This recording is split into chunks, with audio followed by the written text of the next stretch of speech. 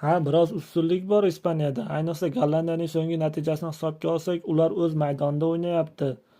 Ular so'nggi UEFA Millatlar Ligasi g'olibi va o'tgan yozgi Euro 2024ning chempioni. Albatta, bu ularga biroz ustunlik va favorit maqomini beradi, lekin biz Ispaniyani juda hurmat qilamiz va ular ham bizni hurmat qiladi. Bu chiroyli bir raqobat deb o'ylayman. Bu juda oddiy savol edi, to'g'rimi?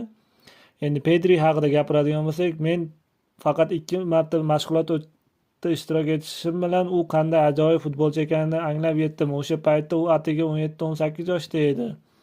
U haqiqatdan ham katta iste'dod. Albatta, tajriba orttirgani sari u yanada kuchayadi. Faqat ilgari bo'lgani kabi jarohatlar uni tark etsa, to'liq sog'lom bo'lib qolsa, o'yinni davom ettirib yanada rivojlanadi degan umiddaman. Bundan tashqari u juda yaxshi inson va albatta u hozir davrning eng yaxshi yarim himoyachilaridan biri deb qo'rqmasdan ayta olaman. Barchaga rahmat. Obuna bo'ling, layk bosishni unutmang.